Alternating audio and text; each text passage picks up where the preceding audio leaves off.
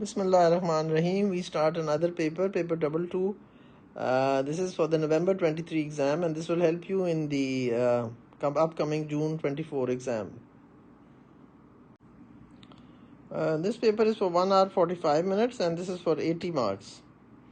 So you have to remember the timing, and you have to remember the marks that you have to get, and you have to be careful in answering the questions. Now, starting with question number 1, cholera is caused by a type of organism that can be passed from one host to another. State the term used to describe a disease-causing organism. That's called a pathogen. This chapter is new in the syllabus, so we have not many questions to practice from. The type of disease in which the disease-causing organism is passed from one host to another. What is that called? Transmissible disease, or you can say communicable disease. The words that you can use is transmissible, communicable, infectious. So you can use any one of these which you are familiar with, communicable, or you can say infectious. Like we say, COVID is an infectious disease, causes infection. Then it says the disease causing organism that causes cholera is a bacterium. You should know that. Complete table 1.1 to list some of the structures present in a bacterial cell and the function of each structure. So what are ribosomes required for? They're required for protein synthesis. We all know that, whether they are in bacteria or in eukaryotes or animal cell or plant cells, required for protein synthesis. And small rings of DNA that carry genes, those are called plasmid.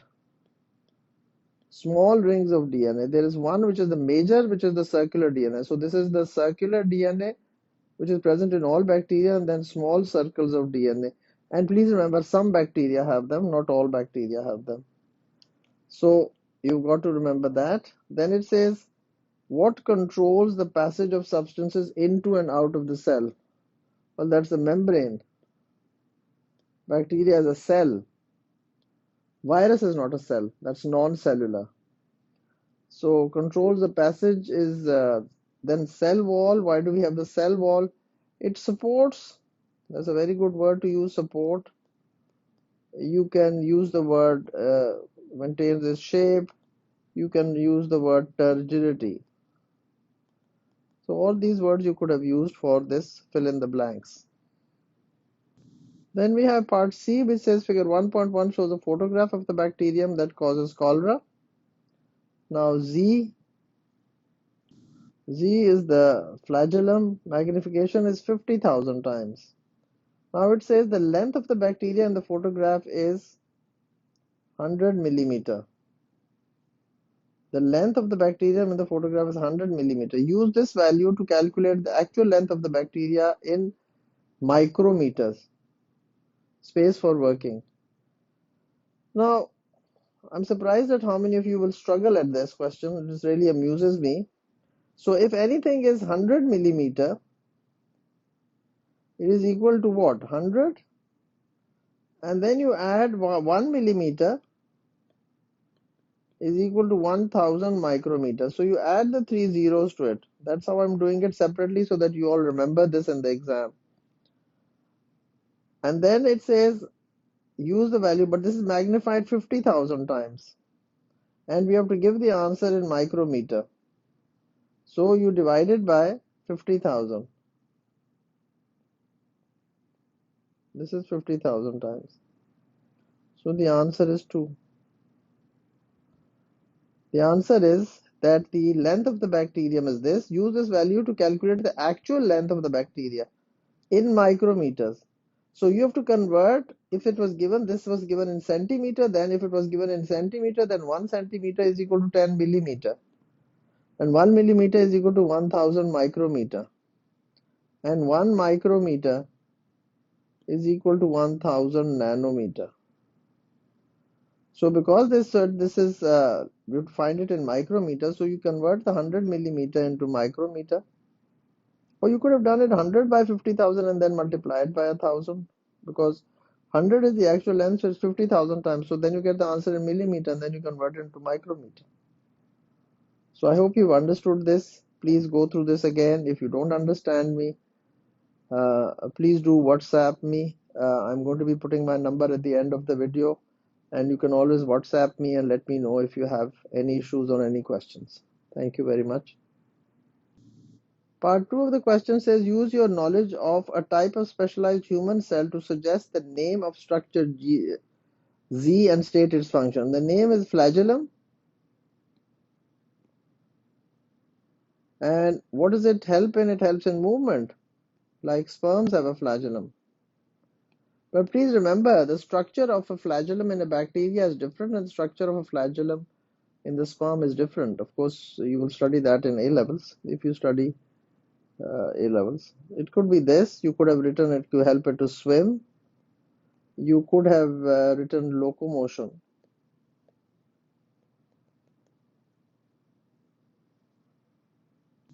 Then it says the binomial name of this type of bacterium is Vibrio cholera. State the genus of this type of bacterium and one advantage of the binomial system of naming species. So genus will be Vibrio.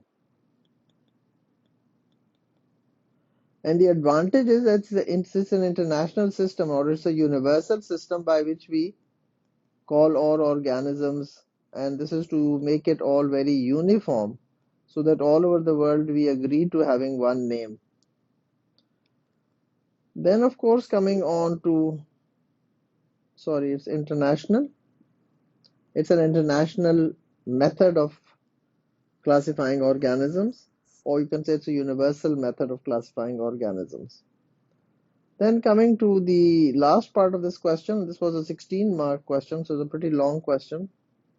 It says, explain how the presence of bacteria of this type in a human causes diarrhea, one of the symptoms of cholera. So diarrhea is, when you have frequent passage of watery feces. Don't say frequent visits to the toilet, that's rubbish. Just say frequent passage of watery feces. Some of you give me a very funny definitions of diarrhea. Somebody says miss motion. I don't know what you talk about, motion, velocity. I can only laugh at that. I can only smile. You can't laugh. So what happens? Bacteria produces a toxin. The chloride ions increase in the intestine. So chloride ions are pumped into the intestine. This lowers the water potential of the intestine, and then so the water will not be absorbed in the intestine, and this is due to osmosis. So you're not going to explain to me the passage of watery feces, you've got to give me the cause of it. The cause of it is that the bacteria produce a toxin, chloride ions are increasing in the intestine, this is reducing the water potential of the intestine, and water is going to move out of the cells, or the water is not going to absorb from the intestine, and so the person is going to be passing out watery feces. And of course there's pain, and there is cramps in the abdomen, cramps in the intestine, and it's painful. And the reason why the water is not being absorbed is because now inside there are too many chloride ions, and it's impeding the osmosis, the movement of water into the blood. So water is going to be passed out in the feces.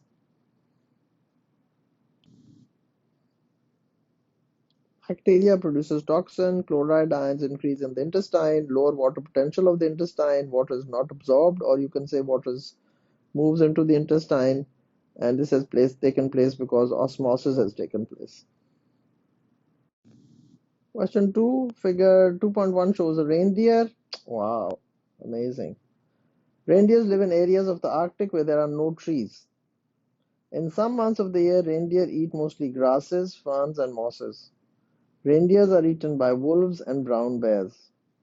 Construct a food web to show the flow of energy between organisms in this ecosystem.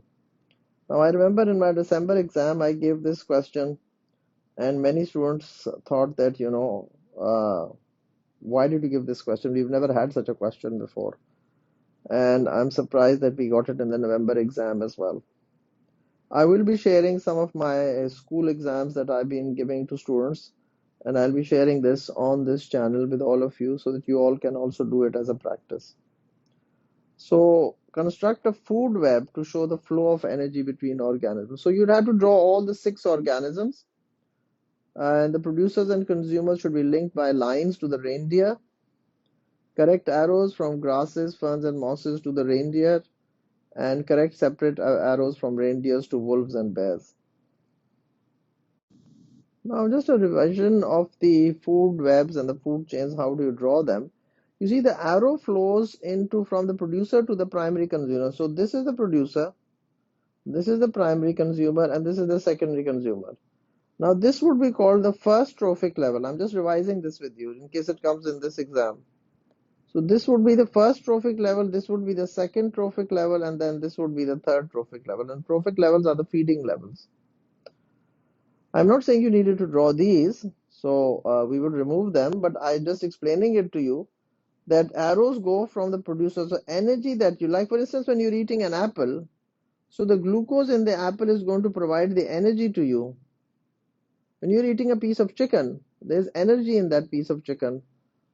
Whatever it is going to be digested and then is going to be converted to glucose, or if of course in a chicken there's no glucose, but if you eat bread that's got starch, and starch is going to be digested to glucose, and the glucose will enter the blood and then be carried to all your cells where it will be respired to release energy.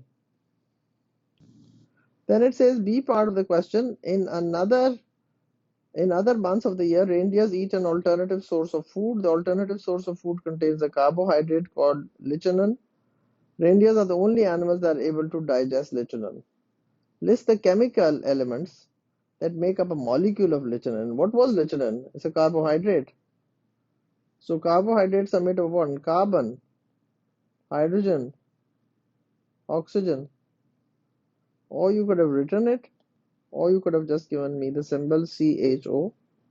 So carbon, hydrogen, and oxygen. Then it says part 2, state one advantage to the reindeer of eating food that contains lecithin. So it actually means what is the advantage of eating food that contains carbohydrates? Why do you eat bread? Why do you eat rice? Why do you eat roti, paratha? So it's got energy in it. Why? Because the starch is digested to glucose, and the glucose is converted to is respired aerobically to release energy. So energy, or this will be converted into glycogen or fat or protein. So the advantage is this. Now, a usual mistake that you say is produce energy. Now, produce energy is wrong.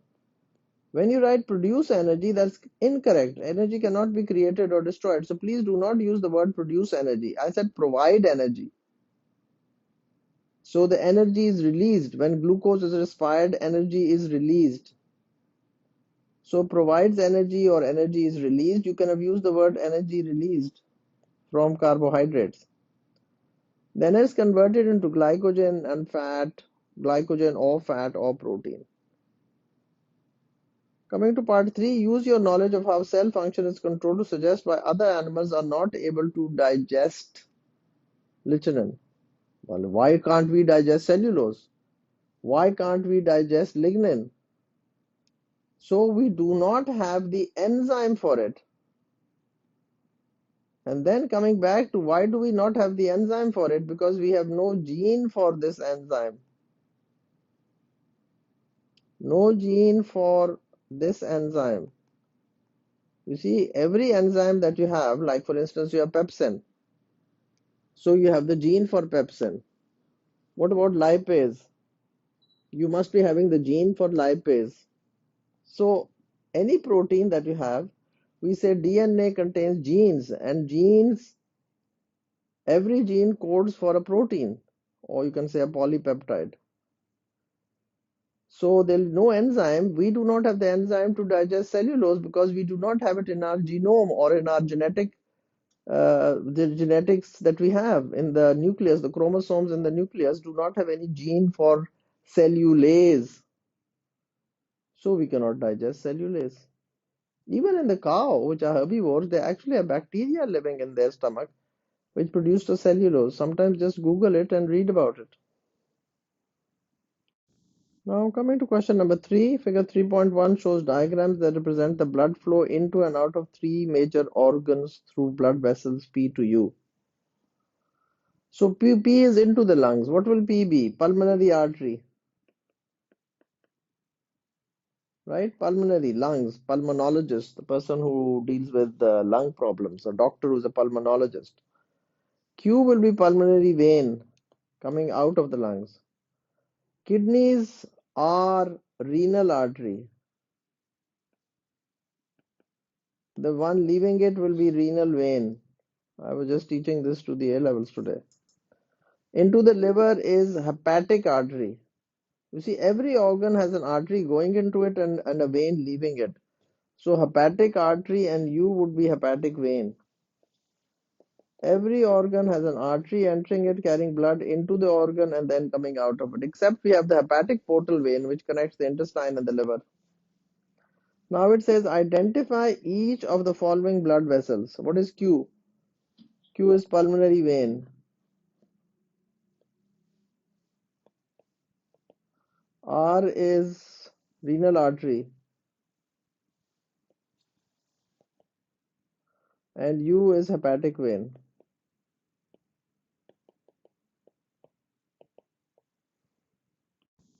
Now coming to the B part of the question. If you look at the B part of the question, it says compare the structures of blood vessels Q and R. What is Q? Q is a vein. So you could have easily done is, some of you feel it very, you get very confused when I say this. You say vein. So Q is the pulmonary vein and R is the artery. So basically it wants you to compare an artery and a vein.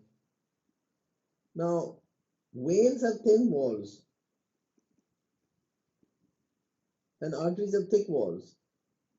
So if you gave this comparison to me, well, you got a mark for that. This is 1 mark. Then thin muscle, thick muscle. This is very thin muscle. And this is thick muscle. Now it says structure. So you cannot say oxygenated and deoxygenated blood. Please do not write that. That's the function. Then wide lumen, narrow lumen. Then valves, no valves. Now many of you ask me that, Miss, can we draw this line? Can we do a comparative table? You see, the question which I always ask you is, where is it written that you cannot draw a line and draw a table like this? If you drew a table, or you can write it in a sentence if you want to, but you see, if you do this proper comparison, so thin wall plus thick wall, thin muscle plus this, so you have to do both. You have to compare, means you've got to talk to about both of them. Now this one is something which I want to talk about. Now veins have valves in them, yes, but arteries do not have valves. But there's one question in one of your paper. There are some places where an artery has valves, and that is the beginning of the pulmonary artery and the aorta. That's the only place where arteries have a valve. So there are valves in an artery, but that's only in the beginning of the pulmonary artery and the aorta. When it's arising from the heart, right ventricle pulmonary artery arises, left ventricle aorta arises from the left ventricle, and as it arises, there are these semilunar valves. So I would then, of course, come with a question. If I had to make a paper, I would say suggest why saying arteries do not have valves is incorrect. Suggest is the part which only a few students will be able to do. Those are the ones which differentiate between the A and the A star. So the suggests are always the difficult questions. Then going on to the C part, one of the question, explain each of the following. Blood in vessel S has a lower concentration of urea than blood in vessel R. So S is the renal vein and R is the renal artery. Now, going back to the question, it says blood in vessel S has a lower concentration of urea. So what has happened to the urea? Renal artery brings in more urea and then renal vein has less urea. Why? Because the urea removes the kidney removes the urea from the blood. The kidney removes the urea from the blood by the process of filtration. Where? In the nephron. or you can say in the Bowman's capsule, or you can say in the glomerulus. And then this urea is excreted or passed out in the urine. So very simple basic things. Urea is removed by the kidneys from the blood. You see, blood contains the urea. Urea is made in the liver but is transported in the blood to the kidney. So the kidney removes the urea from the blood. That's why when the kidneys fail, the blood urea rises in the blood. And that's what there is a test that we do to find out. If a patient comes to me and says, we suspect that he's got some kidney disease, so we'll say, okay, please go and have a test done called, in which they will check your blood urea. And the process is filtration, where in the nephron, and then what happens to that urea? It is excreted or passed out in the urine. Kidney removes the urea, filtration takes place in the nephron, urea passed out in the urine. Now coming to part 2 of the question, blood in vessel U sometimes has a higher concentration of glucose than blood in vessel T. Now as you can see, U is the hepatic vein and T is the hepatic artery. But it says U has a higher concentration of glucose than T. So U has more glucose. Why will there be more glucose? Very simple. Hepatic vein, why is there more glucose? Because what is happening is the glucose in the blood decreases because you are on the treadmill and you are exercising. So the liver contains glycogen. The glycogen is going to be converted to glucose and the glucose is going to enter the blood. So that is why in the hepatic vein there will be more glucose. Glucose will be passed out of the liver or it could be stimulated by the hormone glucagon. So the glycogen in the liver will be converted to glucose. So the glycogen in the liver is going to be converted to glucose. And when does that happen? When that happens is when your blood glucose levels fall and the hormone glucagon is released. And automatically glycogen, the store of glycogen in the liver is broken down, or you can say hydrolyzed to glucose. The word breakdown I don't like very much. Of course in A levels we'd never accept it. The word is hydrolysis. And everybody must understand what is hydrolysis. I'll give you a little picture at the end of the video so that you can see what is hydrolysis. So blood glucose decreased, glycogen in the liver is broken down or hydrolyzed to glucose. Glucose passed out of the liver into the blood, and this is stimulated by the hormone glucagon. Please know the difference between glucagon and the spelling of glycogen. They're two very different molecules. You confuse these all the time. Do not by mistake write them in the wrong way. So stimulated by glucagon. I wanted to look at these differences between arteries and veins. Just a recap. Carries blood away from the heart, blood to the heart, blood under high pressure, under low pressure, thick walls, thin walls, pulse flow, smooth flow, narrow lumen, large lumen, no valves, valves present, blood rich in oxygen except the pulmonary artery, blood poor in oxygen except the pulmonary veins. So I just want you to revise this with me so that you all know this. Now, of course, if they're going to ask you about the structure, then you don't talk about the pressure and you don't talk about the oxygen and all that. But if they just want to ask you the structure, I want you to be very careful of this. That you see there has this muscles here. These are muscles here which are going to alter the lumen. And if you look at my videos, I told you that they can contract and relax to divert blood flow. So please know that. Why do we have muscles in the wall of the arteries? We will continue the rest of this paper in the next video. And I'm also giving you my number so that if anybody has any queries, please remember that I will reply to all these messages very late once I have finished all my chores and I've finished making all these recordings. So please wait and have patience and don't expect me to reply to you immediately. But these are only for questions regarding the syllabus or any questions that are not clear.